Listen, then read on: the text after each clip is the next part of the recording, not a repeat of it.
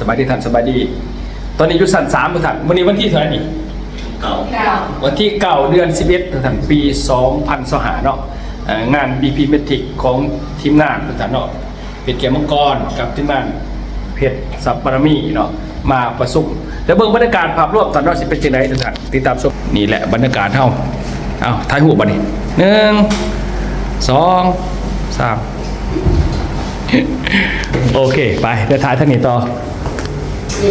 เอาข้อมูลมันนี่ตั้งใจเอาข้อมูลเด้อเอาตั้งใจข้อมูลเด้อ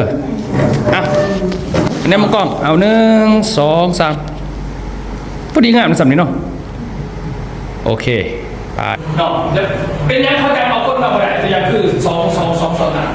พอเวลาจะเอาคนอื่นนี่ไปชี้คือยังไงพวกมันมีรถแล้วผู้ใจคงมีรถไปบอกไฟนั้นเราจะมีไฟเราแบบนี้คือนำเสนอคือความใส่เขามันเอาอีดีอยู่ตรงนี้พี่บางบอกเลยก่อนเพิ่งบอกว่าสาธารณะพี่ไม่สบายทุกคนนั่นแหละมันเหลือโกงเป็นสกายนะจ้างรถธุรกิจทำไมทุกคนเขาต้องเก็บเขาสมบัติเมื่อได้เขาสมบัติแล้วเขาจะขาย1,200 1,300ฝันหนึ่งนี่มันจะไม่ร่วมเหลือแค่ไหนเขาเรียกว่าจะต้องให้มันจบเรื่องนี้ก่อนยามากมันมี6 ฝันนี่นะแจ้งให้เขาจะมาแจ้งกันทีก่อนแต่เขาที่เขาใจมองเขาไปจะบริจาคเลยถ้าจะกลับไปเอาชิ้นอยู่ไปนอนฟาดระเบิดเขาชิ้นอยู่ตรงนี้เนี่ยหลังจากเมื่อเขาได้เนี่ยเพิ่งจะร่วมเหนือเป็นขายหน่อยต่อไปขายไม่สบายเขาลงทุนไหวลูกค้าทั้งนี้ดอกโลกเองโลกเองไม่ตัวเขามีเอกสารรวมของเขาไม่บอกเมื่อแล้วอันโดนกระตาเพราะเขาไม่ประโยชน์เองวิ่งมันจะถ้ามันคือคุณน้ำมันจะเสมอไปเลยเมื่อมันจะซื้อเรื่องนี้แบบเอกสารคุณเลยเสืออะไรเอกสารทะเบียนคุณขั้นต่อไปปีต่อปีติดต่ออีกรอบเป็น6 เดือนนี่คุณจะไหนมาไม่ยากดีประเทศเมื่อไหร่ได้ใส่เรื่องเอกสารคือที่เมื่อไหร่ให้พระตายใช้พระกรจะคอยเข้าใจจะบอกเข้าใจถ้าคอยไปพอจะไปเลยในบริษัทมันเปลืองพอดีเปลืองผู้คิดคอยเพราะผู้ไปประเทศเราจะไปเนี่ยต้องจะไปรูปเกิดนะภาษาช้าจะบอกมาสุดเลยมาตั้งใจจะก็บอกเรื่องกำไรในการขายตัวนี้ลูกค้าอะไรเขาซื้อ60 กระสอบนะเดี๋ยวว่าตามที่เราใช้ตามในนี้เขาเป็นสมาชิกแต่ตอนนี้เอาซื้อไก่เขาไปทานเด้อแล้วต่อไปอาจจะมีผู้ประโยชน์จากการได้ตัวประกันตอนนี้นี่แต่ว่าลองเชียร์เขาสื่อสารชื่อซ้ำได้สมมติว่าบาทเท่านี้เนาะตัวนี้6 ตันเนาะทางมือนึงเขาใส่ดีเนี่ยเป็นคนสื่อทาง15 ตันเนี่ยเป็นคนลงทุนดีกว่าเวลาเขาลงได้ถ้าลงทุนในสิ่งดีเนี่ยเขาจะมีข้อแท้มาตันหนึ่งนี่ไม่ได้เลยครับจากราคาปกติเนี่ยนะครับมาลงขาย600,000 หาไม่บอก600,000 หาขั้นว่าไอ้ชื่อตามโพสิบล้อนึงนะมันกับราคาโพสัตอีกมันอยู่ที่1 เป็นแต่ขั้นว่าเขาเก็บออเดอร์จากคนทั้งหมดนี่นะถ้าไอ้ลงทุนนะไอ้ลงทุน15 ตันนี่เป็นบริษัทจะหายเพียงแต่เท่านี้พอใช่ไหมเร็วกันอาเซียนเขาแถม1 ในครูเตอร์แล้วก็เขาได้อาเซียนเท่านี้ไอ้ว่าโอเคกว่าขั้นหนึ่งขั้นในสิขั้นใดโอเคสิน้องชิลงตามไปเพื่อทำอยู่เพื่อมาสื่อพันธุ์ขั้นเดียวพอโคตรมันมีเงินอยู่แต่สายเขาว่าซื้อมาขายเด้อห่างจากว่าเราไปขายเข้าไปซื้อเองหรอกดิเขามาบอกไปเลยว่าไม่กินมันเป็นคุยกับต่างจะต้องขายตัวเขาเขาเห็นโดยที่เอาคนน่ะแล้วเขาแข่งลงทุนให้เราแล้วเขาจะเป็นแยกกาแฟแต่ไม่ยังมีคนลงทุนน่ะคอยเป็นคนละเอียดในการขายที่ทำไม่ใหญ่เลยแบบเขาไม่ยังลงทุนตรงนี้ใครคนลงทุนของทุกคนลงมั้งเพราะเขาพาเขาเห็นเองเขาเห็นเองต่างแต่เขาขอเป็นคนมาที่สาขาซื้อไปก็ว่าดีก็ต้องบอกแบบนี้ที่เขาเดียวแต่ว่าเขาต้องมีอะไรก็ฟันเองสมมติไหมขายพวกเราต้อง15 ตันแต่ว่าเมื่อการเอาพันเขาไม่จะนึ่งตามหญิงจะลงสุดท้ายเขาติดใจเราเขาเลยมึงโอ้โลในมึง10 เท่าด่าเลยโอ้มาขายมือเนี่ยเมื่อไหร่คุณถึงบอกให้เขาไปบ้านเขาไม่รู้ฝั่งที่แย่ที่เป็นไปได้พวกแบบนี้เขาเลยมันพอเขาไม่เคยต้องก็ทำเสื้อนี่เขาถือ300เมื่อเขามีประโยชน์มันจะ200%เขาถือโกงให้เขาได้วิธีเก็บได้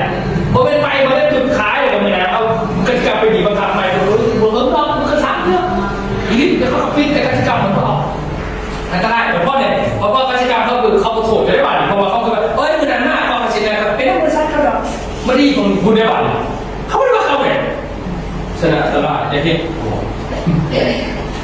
เขาต้องมุ่งใจไปก่อนนะหลังจากที่เขาขายแล้วเขาแต่ก็ไม่ได้วันนี้ยังบอกถึงแผนมันนี่แผนขยายซ้ำมาซีไงไปถ้าเอาซ้ำมาซีจะมีเนาะซ้ำมาซีคือว่าซ้ำมาซีก็ใส่ก็ต่างๆมันมีคะแนนถึงมากจะคอยขายพันที่ 3ก็เป็นคนในบทบาทเขาต่อยเขาเลยส่วน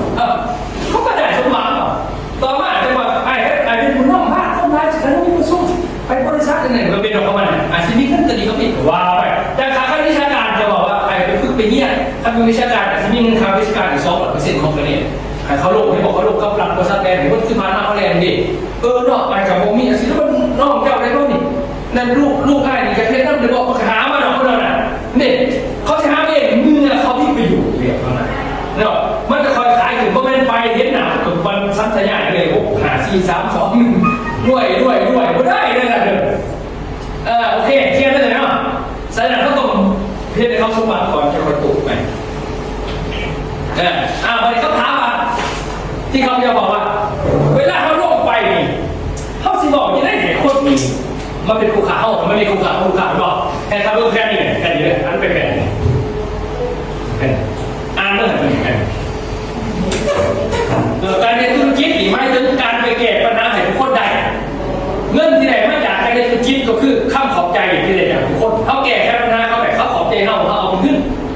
คือเป็นธุรกิจแต่เขาขายกาแฟอยู่หน้าบ้านขายโอวัลตินอยู่หน้าบ้านเป็นยังไงจะเงินเพราะเขาสื่อเขาไปสื่อกาแฟเขาสื่อความสดชื่นเขาจะเข้าใจว่าเขาหมายว่าการขายคือการขายเขาย่อมใจนี่ถึงเรื่องประโยชน์เขาเท่านั้นนะครับเขาขอบใจเขาเพียงเขาสดชื่นเขาได้ถึงมาถ้าทานอยากไปนึกทั้งเขาได้ไปช่วยไผ่เนรแก้ปัญหาทำไมบัดนี้สมมติว่าเขาไปหาบุคคลเนี่ยถ้าเขาบอกที่เนี่ยแก้ปัญหาเรื่องสุขภาพแก้ปัญหาพวกงานแก้ปัญหาเรื่องเกษตรใดเขาสิได้เป็นลูกค้าเลยถ้าเขาบอกแก้ไขสุขภาพแก้ไขความงามแก้ไขการเกษตรต้นไม้กินกาแฟรสกาแฟน้ำเนี่ยจนเขาเสร็จเป็นลูกค้ามานั่งเดินลูกค้าแต่ขั้นตอนประสวยคือแก้ไขปัญหาเรื่องอาชีพเรื่องข้อมันคงเรื่องรายได้เรื่องหาเงินของเพื่อนเขาเสร็จเป็นคู่ขาเดี๋ยวขึ้นมาดิเป็นยังไงเขาลงไปเพราะว่าเขาไปหาเขาแบบหลายคือที่จะสมาชิกจะซื้อเขาก็มีใครไม่เห็นหนักสักอย่างหลายแบบนี้มันพิษอยู่แล้วมันพิษบอกเขาสื่อสารกับเขาสื่อสารเลยแต่มึงชอบขอคนนี้ก็มาสอนถามเขาไม่ต้องบางทีเขาไปบอกได้แบบอุ้ยดีได้ใจไม่หลอดมันต้องมันนะวานไม่หลอดนี่วานถ้าวานไปปุ๊บหันหลังมาเคี้ยวเลยสินะชัวร์นี่ยังเรียบแต่ที่เกิดขึ้นหน่อยเขาสื่อปุ้ยเขาเสือเนาะเขาจะสื่อเป็นโตหรือเป็นเตะเขาสื่อปุ้ยเพื่อขาดบางคนผลิตที่จะบอกแต่จะไม่ก็ว่าจะบอกแกให้บางคนจะเสือเป็นบุคคลนะผมมีไม่ได้ธุรกิจนะกาแฟนี่กินดูตาบอดอยู่นี่กินตาเส้นพึ่งกระนั้นคืนกระนั้นรสสั่งใช้เดียวจะบอกไปว่าเขาอยากเป็นกษัตริย์เขาซื้อเปล่าเขาซื้อเป็นโลกเดียวเตะเขามาเป็นนักธุรกิจเขาซื้อมาเพื่ออยากให้ตามน้ำใสฉะนั้นเขาได้ลูกค้าด้วยลูกค้าทำเรื่องอะไรเนี่ยตัวนี้เลยวันนี้ถ้าต้องจะได้ลูกค้าเขาจะบอกเรื่องนั้นคือเขาไปยอมตาเลยเนาะเปิดมาใช้ข้าวเปล่าเรียกเขาไปครับไอ้พวกเนาะไอ้พวกเดี๋ยวเราไปหาไอ้พวกตอนนี้เขาเปิดบริษัทเองแบบนี้แพ้บริษัทบอกเพื่อนเลยไอ้พวกที่เดินน้ำบอกเขาเดินน้ำบอกเพื่อที่ใช้พวกเป็นแบบนี้แล้วเขา15เขาลงพื้นที่ยึดตลาดที่นี่ไอ้พวกที่นี่แบบนี้แล้วเริ่มต้นในพวกกองบริษัทไหนได้เข้าเป็นฝึกกันดูนี่ก่อนแล้วบริษัท15ฝึกแล้วมองไปที่ตัวนี้ใช่บอกเขาลงเลยเขาเริ่มเรื่อง3-4,000ของเงินเราเขาไม่ได้ว่าลงสินค้าเลยไอ้พวกไปปุ๊บมันดียังปุ๋ยนี่ไม่ยังคือไอ้พวกก็ต้องถามผมแต่คือลงไปนะเดี๋ยวไปร่มอยู่ในมือไอ้จะฟาดเอาใครหรอคอยก็ได้ที่แบบนี้แหละก็ลงเขาไม่ลงก็ไปสีเรียนดิไปสีเรียนทำมาหลุดเด็กกินแล้วบ้านเราหนาเราโจรต้องอย่างนี้เรากินหนาข้าวจากที่ไซส์เราได้เราไม่เอาแต่กินก็จากชุดนึง2 ชุดเอาเล่าวันสักท่าเข้ากับซื้อไปเอาเล่ากินก่อนเลยถ้ากินก่อนแล้วจะชวนได้ไหมมากันขายบอกแต่ขายไม่ได้ฮะเขาชิบุ้ยเป็นเรื่องของมือคำถามคือข้าชนะคู่ขาดยิ่งไปทั้งคู่ขาดดูเนี่ยไม่ยังต้องไปบอกไปทั้งอื่นเนาะไอ้ที่เขาบอกอะไรเขาบอกไปเลยว่ามีจุดยืนของมันจะเข้าใจป่ะหรือว่าเสือสะพานเดินเขาไปกินเขาจะบอกว่าเสือต้องมาฉีดละเดี๋ยวเขาจะจืดแต่แค่ดูเลยเขาไปต้องการถามดูเอาเข้ามาหรอกนะอะไรผมลงเฟซบุ๊กเลยหรอแต่ผมยืดอีกเขาจะบอกต้องก็ขึ้นหัวเขาเอาถามลงเฟซบุ๊กจะเจอสัตว์เขาไปขึ้นได้หลายเลยนะบอกแล้วต้องมีกันยืนแล้ว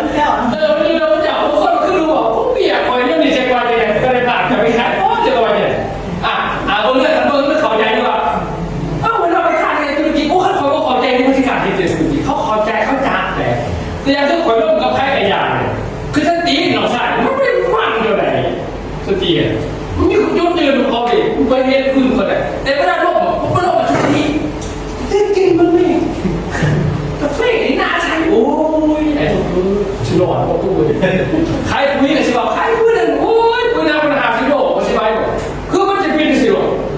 ใช่ปะมันไม่เป็นมันเขามาเห็นได้ไหมเขาไปร่วมเรื่องนั้นเขาอยากไงจะได้เป็นครูขาดวิชาการเขาต้องร่วมเรือการหาเงินกับเขาเรียกแน่นอนว่าการแอนตี้การสั่งกาแฟของเขาเป็นคนใจคอยนะเขาบอกโอเป็นบอกโอเก้มันบอกวันนี้จะบอกยังไงต่อบอกเป็นยังไอ้ที่เองจะไปนั่งจะบึงไปนั่งกันบัดถ้าคุณจับผู้มือจะไปลงคนจะบอกยังไงอ่ะจะเป็นมือเห็นอ่ะขาต้องนี่ก็ไม่แบบไปตรงๆใช้สูตรไปที่ดีจะบอกไปเลยกินเนี่ยทำได้กินได้ใช่หรอดีนี่ก็ได้เขาไม่สื่อหรอกสื่อถึงแล้วแสดงว่าจะบอกยังจะเลยกูขายจะจะว่าขาดบ้างไม่ได้กูบ้านนั่นถูกไหมนี่ดีผิดเขาจะจะไปบอกยังกูขาย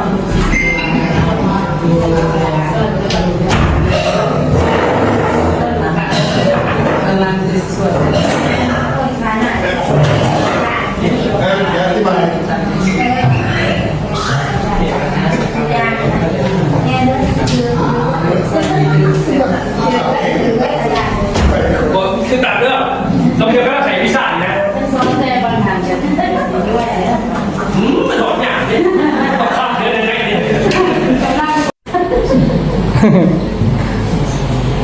ให้บอกก่อนถ้าสิเขาใจบอกก่อนว่าสิเป็นเรื่องเป็นราวเรื่องสาวก่อนว่าสิเป็นเรื่องเป็นล่าเลยนะก่อนว่าสิเป็นคิดหลายเลยคิดหลายเลยเป็นเฮ็ดเป็นสิสันคือบริษัทโคพันธุระเขาไม่จะบริคิดเป็นน้ำเฮ็ดเป็นน้ำไม่ได้บอกก่อนว่าเป็นพันธุระกำลังเปิดกับปีที่3คนบรรลุสมเด็จบ้านจะยังตัวอย่างอย่างนี้เลยมา15 ปีเพียงบอกเป็น5 ปีกันแหละ15 ปีคุณน่ะเห็นมาแล้วใจก็เป็นพันธุระไว้3 ปีแล้วมาดิก่อนแผนเขาเองว่าเนี่ยพักโควิดถึง3 ปีอยู่ได้ได้ของนิดหน่อยเขาจะเขียนเพลงขั้นว่าขั้นปีที่มันจะหนีเพื่อไปหอดโควิดอยู่เลยแผนเขาเขียนได้3 ปีเนี่ยเขียนดูมีอย่างเด็กเขียนดูมีคนสู้กับคอมพิวเตอร์ว่างแผนว่าขั้นโควิดเดี๋ยวชีวิตยังชีวิตไปทำได้ธุรกิจอ่านหนังสือมาให้มีวัคซีนมาถามว่าเกิดขึ้นสิเด็กถามตอบแต่เป็นเรื่องเล่าขึ้นมาเหมือนว่าเป็นบริษัท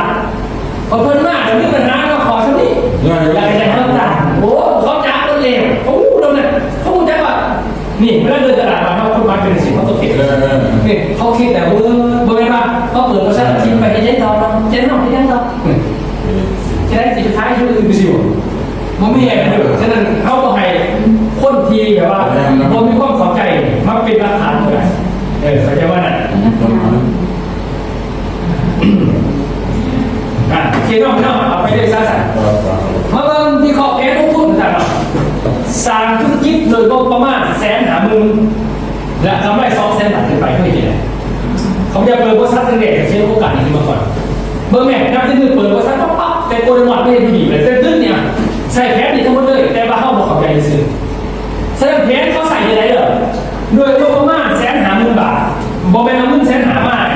เห็นอะไรเด้อเฮ็ดจะได้ไหนก็ได้200,000เอาใหม่หรอ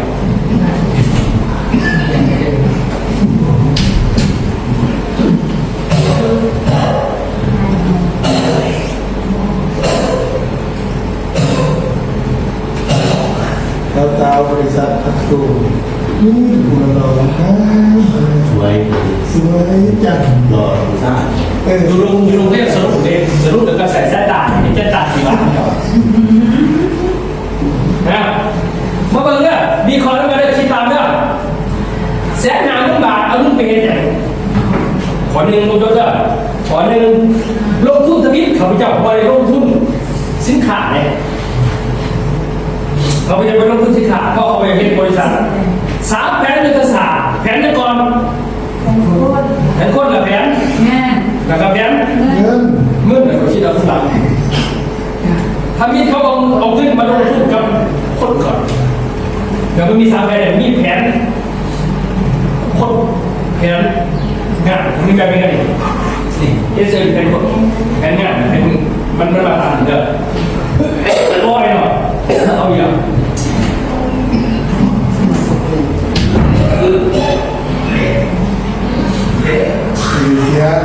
น้อยไรครับ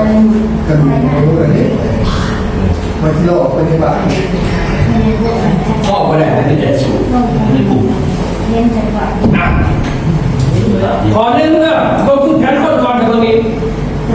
แล้วเอาเครื่องคิดเลขอะไรก่อนว่าเอาเงินเพียงอย่างเดียวนี่แหละสาเหตุที่ทำให้ได้สำเร็จแต่สมัยมอสิงแต่เห็นแบบนี้พอตามที่เราเรียนฟังว่าไม่ยุคปักซี่ก็3 ปีออกรถจะเลยคัดไปยุคจอยคอยนั่นแหละปีไปยุคไทยเด็ปีที่2ออกรถไงไปเที่ยวจัดรถติดเขาจะว่าไปสนใจกับแพนเรื่องแต่มันสนใจง่ายเลยเอาคนก่อนให้ที่ใดตามนี้ทุกคนจะเลิกเนี่ยให้ที่ว่าไหนกับไปทำผู้ขาต่อไปใครทำผู้ขาเป็นคนหรือสิขาผู้ขาเข้าไปหาเป็นคนหรือสิขาต้องเป็นคนหรือต้องมีแค่คนมาก่อนเลยเห็นไหมขั้นจะเป็นทางผู้ขาเราต้องมีแค่คนก่อนขั้นที่เป็นผู้ขาหาผู้ขาเราต้องสนใจในแค่คนเอาแผนงานไปเอาเงินขยับเข้าไปแสดงว่าไม่ได้ตัดสูตรเขาไม่ได้ตัดสูตรแล้วก็เปลี่ยนรูปเลยผมไม่ได้ตัดสูตรเป็นผู้ใช้หรอกเขาตัดสูตรเป็นคนใช้เขาเห็นทุกคนเลยเขาเห็นทุกคนกันคนแล้วเขาคนที่คอยปั่นเขาจะไปหาไปเองหน่อยขายคุยเนี่ยที่บอกเนี่ยเรื่องเขาใจเรื่องเทียบแค่ใส่ผัดภาษีบรรลุค่าทีมนะเครื่องคิดเลขมันจะหาไม่ได้เนี่ยเป็นนี้เอาโอเคก็ต่อไปเนาะขอเรื่องแผนคนเขาตัดสูตรก่อนเขาอยากได้ลงทุนหรอสูตร2,000 บาท60สูตร2,000 60เป้าหมายเท่านี้คือเขาจะสั่งอยู่4 สายมันหาสายงาน6ขึ้นมาเองแต่บอกทีนี้แบบเครื่องเองยังจะบริพิสูจน์ยังบอกเขาไปลงทุนแทนโคตรคอเลยคนเราปล่อยคนเดียวแต่เวลาลงทุนพื้นบริสุทธิ์ใจด้วยว่าจะเอาไม่อยากไม่สนใจใช่ยังมือเดียวเนาะพอจะเป็นขนาดนี้เลยมาได้ว่าสูตรเนี่ยใครต้องเป็นผู้ขาเขาคนต้องไปลงหาผู้ขาก่อนที่จะมาคอยที่ว่าจะหาเงินของเพื่อนแต่ว่าต้องเดินตามพวกแบบนี้แล้วต่อไปจะที่พิสูจน์แบบนี้สูตรต้น2,000เขาจะตั้งแบบพี่มีที่เขาเดียวจะไหนผมเป็นแต่เขาเสียขึ้นเองได้เดินในวันละล้านเริ่มต้นมัน6 สูตรเนี่ยสูตรละ2,000แล้วก็ค่าเดินทางไปตามสูตรต่างๆอะไรแบบว่า300ทุกคนกับเศษขึ้นต้นเขาเอาลงเองเลยใจเองมันรวดเลยตามสูตร6 สูตรอยู่ดีตัวนี้13,000 บาทอันนี้คือเสียแบบ13,800เพราะท่านในขั้นของที่เขาขายถามมาข้าจะบอกเขาจะแพ้ไม่ดีเจ้าที่จะจริงไหมเมียเจ้าที่ใช้เงินบอลไปเอาเงินตั้งตัวได้ล้านกีไปตัดส่วนเป็นนุ่มใครก็มาดูโรงงานผู้ขาจะเชื่อมันเขาเรียกเขาเชื่อใจมั้งแต่เขานี่เขาจัดเลยพอเขาไปเชื่อมันก็จะเห็นคอยเขาเชื่อว่าคอยเชื่อเขาเจ้าฮะคอยเชื่อว่าคอยที่บ้านจะเรียนแต่เขาไม่เชื่อว่าเจ้าเชื่อต้องคอยเลยฮะคิดตามกันเหมือนถ้าเราไปคิดเราบูเชียนต้องเรียนเจ้าเก่งแล้วคอยเชียนเองนี่เป็นนักมาเรียนคอยที่บ้านจะเรียนทางเรื่องเขาจะเดินตามมาเป็นพ่อนี่วิธีคอยเรียนบริษัทเก็บชื่อคอยเรียนเด้อเจ้าเชื่อตัวเองคอยซ้อม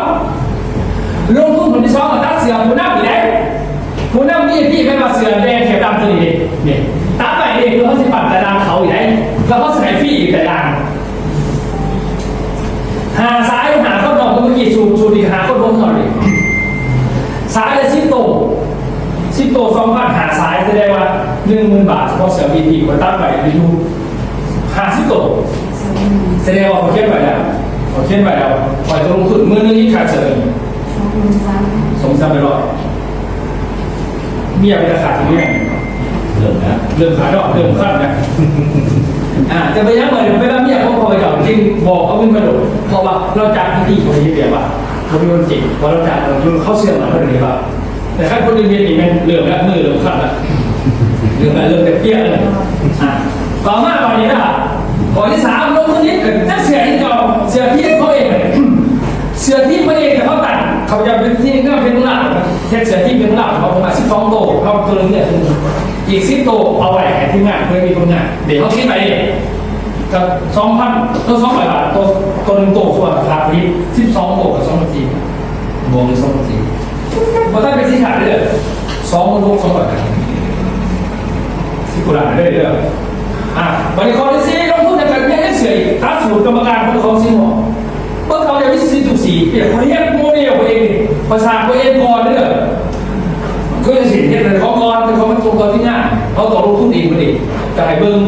เนี่ยสูตรกรรมการเนาะครับพี่หนึ่งส้นหาหมายก็ว่ากรรมการนี่เป็นตัวหนึ่ง2,000แล้วก็สูตรซูเปอร์ไวเซอร์1,000แล้วก็เสือในตัวละ200แล้วแต่ VIP ซูเปอร์ VIP เจียวสีแต่ละสีเนี่ยเขาต้องมีเองหรือเขาเองก็เขาเองตรงนี้เองรวมแล้วอีก4,000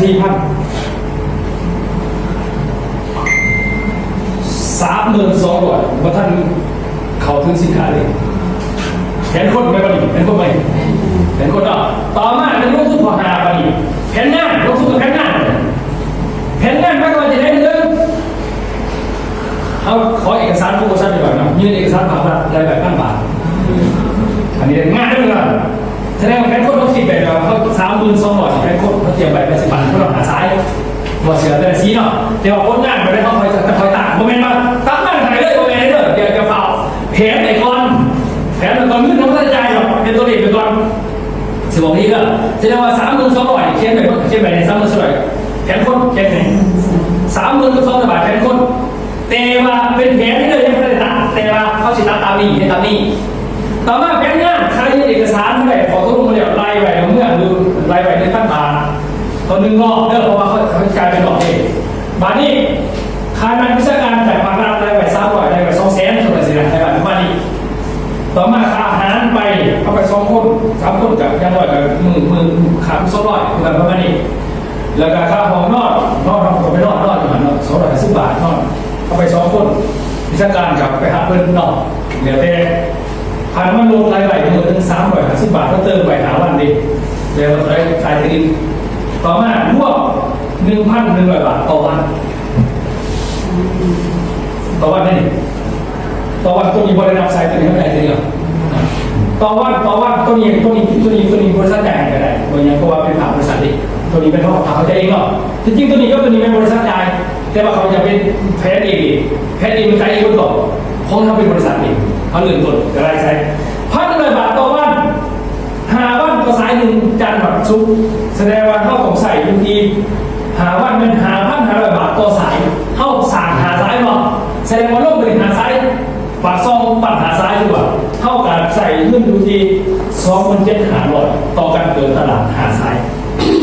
ใส่ไม่ได้ดูหาเสาหาแล้วประมาณดูเดือนหนึ่งไม่กันเปิดแบบบริษัทได้ภาพเป็นเสาอีกบวกมานี่แผนคนมากี่เท่าไร20,000ก็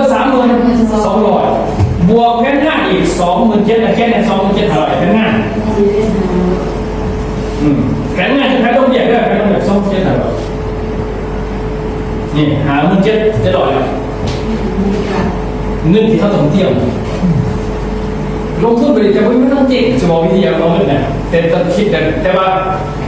อย่าคิดเงินผู้อื่นคือเขาจะไม่ต้องเราเรื่องถึงฝั่งตนนิทานของเองนะการสังเกตว่าเขาจะเราเนี่ยดำมันขึ้นในบทสอนเลยแต่ว่าทุกอย่างชื่อว่าเหมือนกับหลวงปู่โตพวกฤาษีคนสอนเนี่ยไปเรียนเขาก่อนเอาชาเรียนยาสิบเบอร์เขาตายดีเหมือนกับเนี่ยกับเงินพระลงทุนมหาศาลให้คนอื่น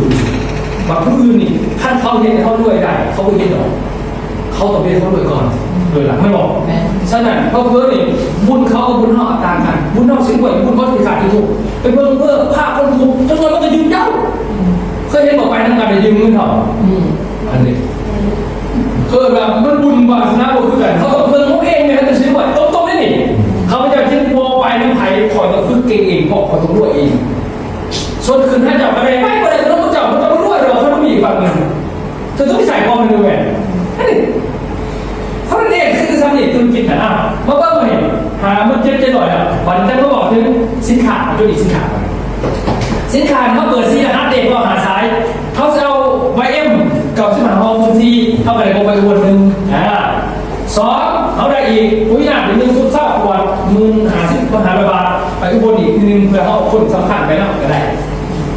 3เขากิน1สุดกับบ้านไปคนหนึ่งแต่3เข้า1ใส่ทุกคนก็ได้ไม่ได้เลยต่อมาเขาไปพัทยาโดยยังเหลือแต่เขาเอา2 ตัน36,000 เมตรเพื่อมีสินค้าสต็อกเอาสินค้าไป4 รหัสเท่าไหร่มีงบอยู่ที่6,000 กลับมาหรอกบวกอีกเรื่อง6,000 กลับมาหรอกบอกว่าประเด็นทุกรายสัตว์เขาลงทุนปุ๋ยเป็น15 ตันเป็นกองไว้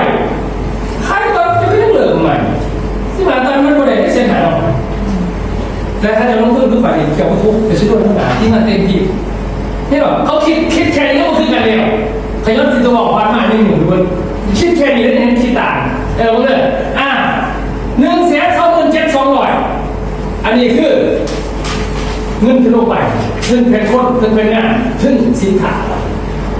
เสือพัฒนาที่เด่นๆเนาะงานพัฒนาโลกที่เด่นๆแต่ว่าสินค้าสื่อไปแล้วสูงกว่าบัตรแต่ว่าใจภายในตัวนี้เลย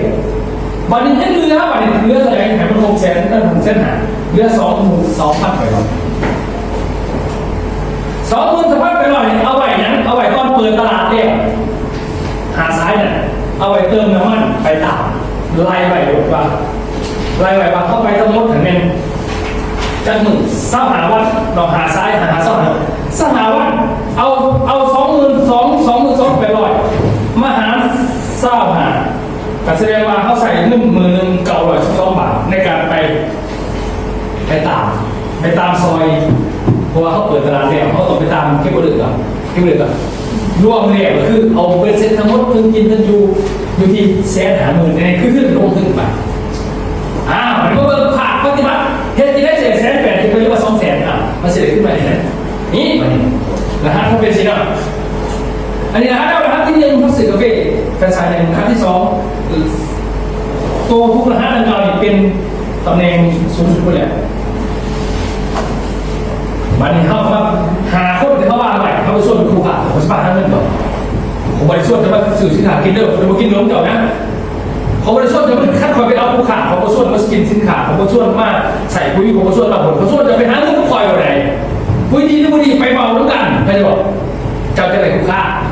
เขาจะตั้งใจไปหาครูขาอันนี้ผมเอาตั้งใจไปขายของและขาดบ้างให้เขามาเป็นมันก็เลยยาวนานโอ้ใส่ดีก้อนเนี่ยยาวด้วยสุดท้ายแบบเสียใจทำไมไปเลยอย่างนี้ล่ะโฟกัสเป็นพาหนะโลกเจ้าสิได้บ่หลงค่ะบ่ต้องกินบ่ต้องใส่บ่ต้องขับบ่ต้องยังน้ำมันไปแล้วกันหาเงินจบให้ผู้ซื้อผู้ที่ให้ลูกค้าที่เขาใส่บอกเข้าหรือเปล่าเนี่ยเขาจะไปเขาจะไปโลกก็หาคนนี้ผู้นี้โลกเดียวก็อย่างเดียวแต่ว่าวันนี้เป้าหมายเขาลงได้หามือซ้ายหนึ่งน่ะหาซ้ายเขาบอกจริงเนาะซ้ายอะไรมันกี่ปีเปิดเส้นหาเป้าหมายเขานี่หามือนี่เก็บยอดขายผู้นี้ขายได้16 ตันหามือ10 บาทนี่10 บาทเนี่ยตามเปิดก็ตามขายได้16 ตันได้เยอะกว่า2ครับเป็นกว่า2ใช่ไหม16 ตันซ้ายได้16 ตันรู้กันตันโอเคครับบริการเขาได้16 ตันนี่ชิบหายโลกเพราะว่าอีกตันนึงแถมบอกถ้าเกิดขึ้นมาปุ๊บตัวเนาะตัวเป็นแผ่นตัวเก่าเลยแผ่นตัวเก่า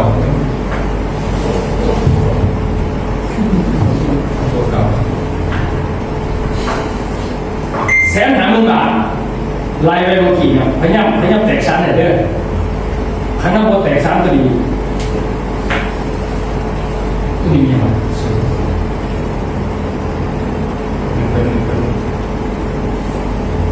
เห็นนี่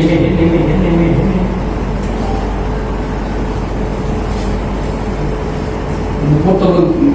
กีนี่พวกเราตอนนั้นเป็นตัวเก่าแต่ว่าพวกเขาใจดูไอ้เมื่อว่าเอาเงินเพลงอย่างแต่มองไว้ว่าเขาหอมขึ้นมาถ้ามีเงิน150,000 บาทเป็นคดีแต่พอไม่เอาเงินหายบริษัทได้มาบอกแผนเท่ากันนะที่ไปสาก้มรวยแล้วมันจังไหนยิ่งกว่าไม้น่ะเขาใจผู้ดีเลยอย่าพอไม่เอาเงิน150,000 บริษัทได้บริษัทก็เอาเรื่องนี่มาแล้ว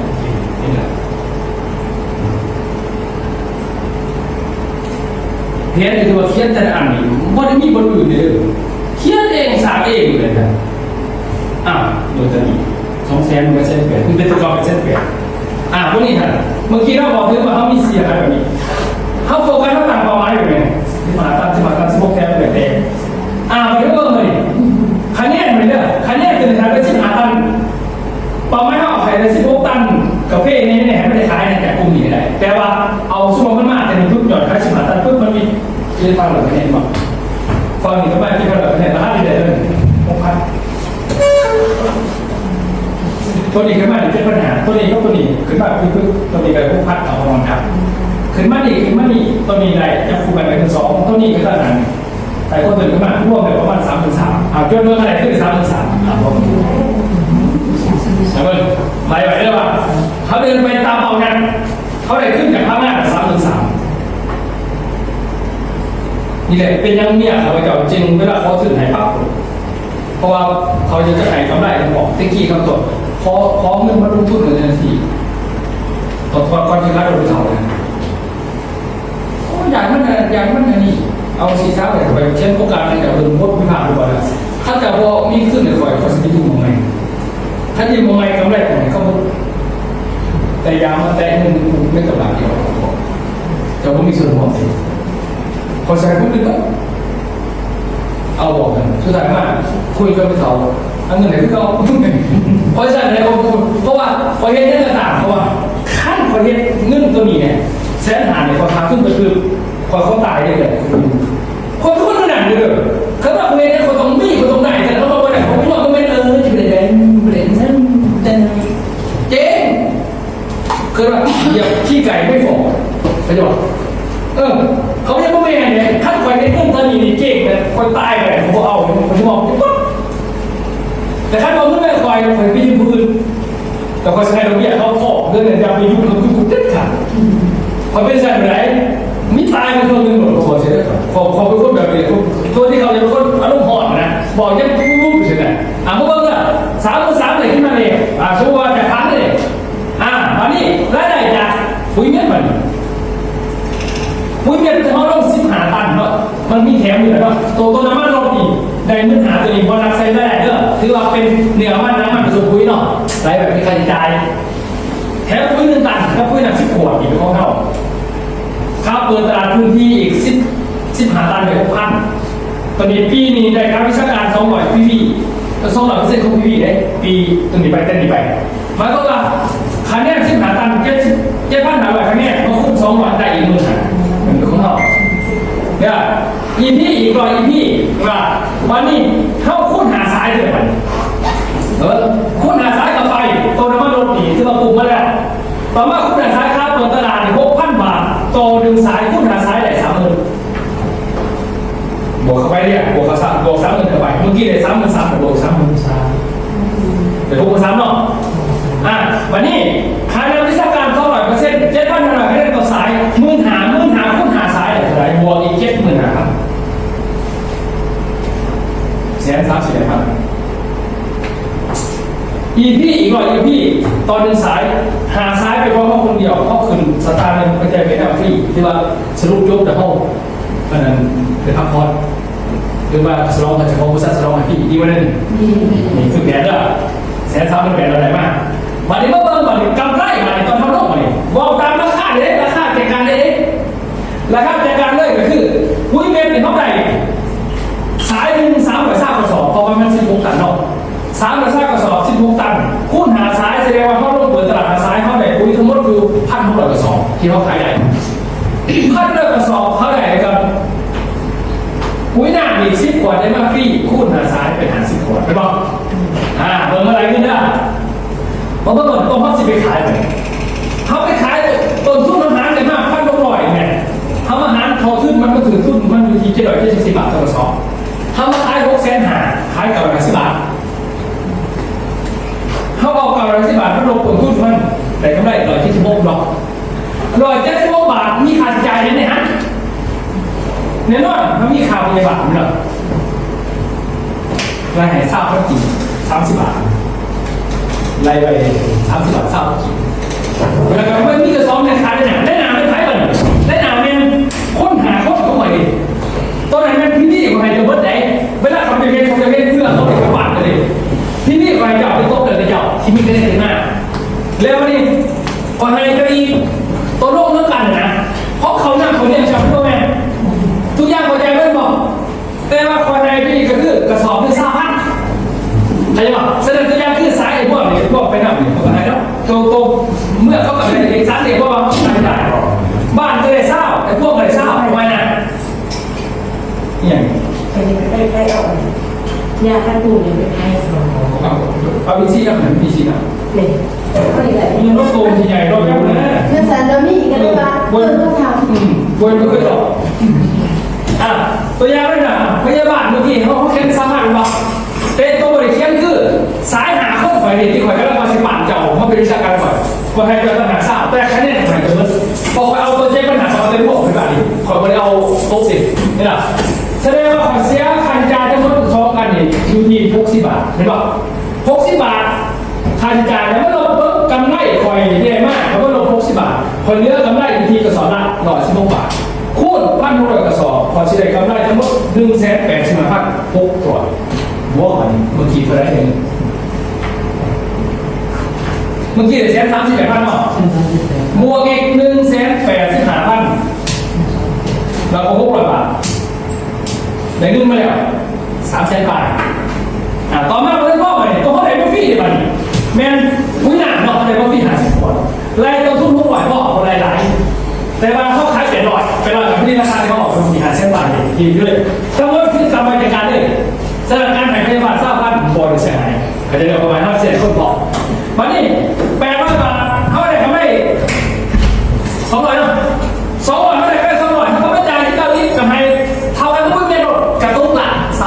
3,000แต่กำไรตลาดพยาบาลได้30 บาทแล้วก็คือไอ้พวกไปเห็นก็ได้อีก30 บาทต่อตัวรายเท่าไหร่สินะเสนอขายต่อไปขายตามบรรยากาศเขาเสียตามตัวนี้เนาะวันนี้เขาขายใจจริงๆกระตุ้นละ60 บาทเขาขายมากกำไร260เหลือกำไร140 บาทหรือเปล่า140 บาทเนาะแสดงว่าคุณ50 ขวดเขาเสีย7,000กำไร7,000แต่กำไรเอ๊ะมันนี่ต้นทุนนี่เขาก็ไปซื้อฟรีอีกหน่อยก็เอา600นะมาคูณอีก50 ขวดได้อีก30,000ซื้อรถได้เพิ่มอีก30,000เจ็ดเห็นไหมหายไปว่าได้ต้องบวกอีก30,000เจ็ด360,000 วันนี้ไส้นี้บาทเท่าไรเขายืมประมาณ150,000ให้เพิ่มอีกฟรีอีก20,000ซะ100,000ให้เมียดิเขาจะได้กำไรอยู่190,000แต่ขั้นเขาบริหารตรงนี้เป็นเงินเขาเองเขาก็เลยอยู่200,000 บาทแสดงว่าสามารถต่อได้ว่าลงทุนเส้นหาได้เงิน200,000บาทนี่เขาถามสูตรทั้งต่างๆในที่มีตัวเขาเป็นแผนที่ซื้อมาต่างหลังจากที่เขาได้สรุปผลแล้วพยาบาลได้แล้วพูดกันตามถึงมันคนมันจะตามมาได้มันถึงตามแผนมันจะมาบอกเขาจะตามคนเมื่อไหร่ได้คนเนี่ยเดี๋ยวไปเขาจะได้สูตรแสดงว่าเงินตัวห้องเส้นหายังอยู่ในห้องอยู่ไหนเขาจะพอไปตามเลยตามดูเขาไปจัดไปสูตรไหนจัดไปสูตรไหนพูดก็ได้เขาก็เดินตามเขาช่วยแบบเขาลงทุนคนเดียวกินเงานั้นนี่คือวิธีเปิดบริษัทคนละเขาเปิดได้ไหมตอนประเทศสูตรเป็นไหมผมมีแค่ตัดสูตรที่จะใช้ชื่ออะไรเจ้าคอยคิดว่าเป็นเดี่ยวกันแต่เจ้าก็ไปเขาเอาคนก่อนดิให้เขาใจก่อนงานมันก็เลยเนี่ยแต่ว่าให้ปืนจะบอกแค่เพิ่มปืนอย่างแน่นอนเพราะว่าเขาอีวิทนี่ให้เขาใจว่าแบบเขาซื้อเลขเนี่ยดวงเลยซื้อถือเลขถ้าเกิดเขาบอกคนหน่อยคนมันซื้อเบิ้ลจะถือกว่ามันจะมาถือเพราะว่าดวงคนอื่นเนี่ยเขาถึงมาหลุดเพราะว่าเขาไม่มีบุญเพื่อจะเวลาสื่อคนเดียวเพื่ออะไรลงไปรู้ไหมคือการกับธุรกิจกันเขาเป็นอย่างอื่นเขาก็ลงทุนเนาะเขาบอกได้เขาฝึกจะคงเป็นอย่างต้องไปถามพวกนี้มันนำพาเข้าก่อนเดี๋ยวบอกเขาจริงนี่แล้วเห็นแล้วขั้นมาเขามาเขาด้วยเขาคือเห็นจะคงทุกคนเนาะแสดงเขาตะเบิกว่าเขาจะใส่ให้เขาส่วนที่เขาเกณฑ์เขาเกณฑ์หนึ่งใส่ก่อนแต่เขาต้องฝึกเพื่อเขาจะนำพาตัวเองด้วยเขาถาเขาเลยจะได้เขาด้วยหรอกก่อนให้ดวงเขาถึงเขาเบิกกันขายดีจับกันขายลูกขาดไปร้ายเดี๋ยวเขาค้าไม่ได้เขาก็ยืมเงินค่าเขาไปสอนยี่นี่คืออะไรดวงเขาบริสุทธิ์ด้วย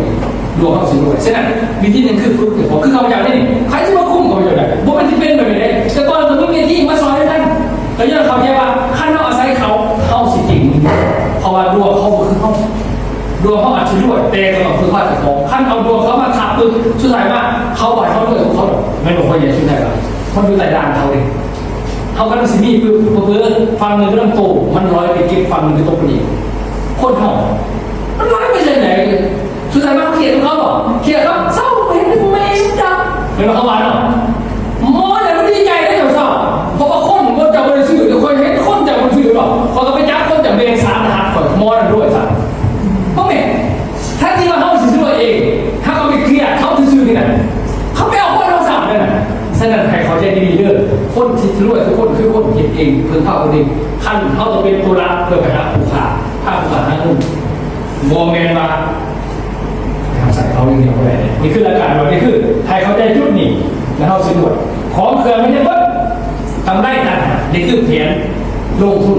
150,000จังไรเสียอีก200,000ได้ป่ะนี่คือจุดกำเนิดของพาสปูราล้างเจเนเรียเขามีหาคนได้เลยแล้วก็เสืออีก10 ตัวที่เขารักมาพวกเขาสื่อคอเขามีมาแล้วกันนานก็ซุ่มกันเนาะสื่อบ้านที่เขาตัวละบาทเนาะเอาไว้ของเขายังอยู่ค่ายทิ้งติ่งคอลงนี่ลงค่ายทิ้งเนี่ยแต่ยังคือราคามันคุยหนาเราเรือเนาะที่เขาว่ากับฟอร์เฟ่เขามาขายเดี๋ยวเอาได้ไปจ่ายรถแม่คือเอาไปรถเข็นเลย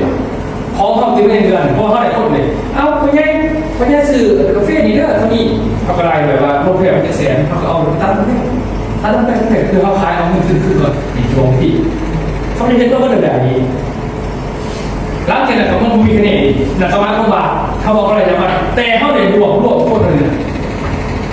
จักคน50 คนเสือแดงอำลำที่เขาลงหุ้นน่ะ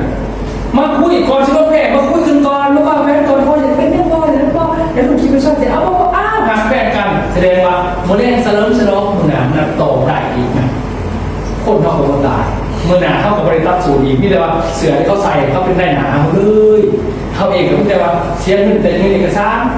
ค่าพิชาโน่นเท่านั้นเนาะมุ้งไปมุ้งมาเป็นเขาเนี่ยแต่ว่าเขากินกับได้คนเลยเสือแค่นี้ดีที่หวยมันเริ่มมีนานซื้อหวยได้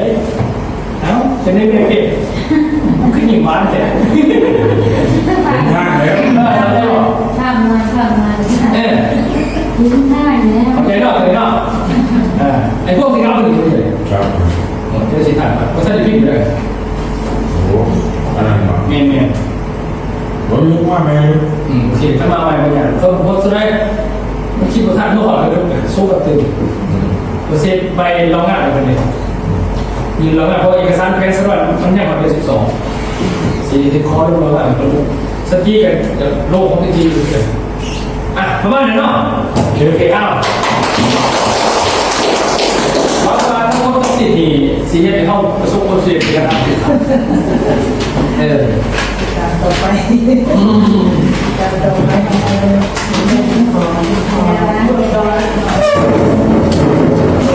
ไม่มี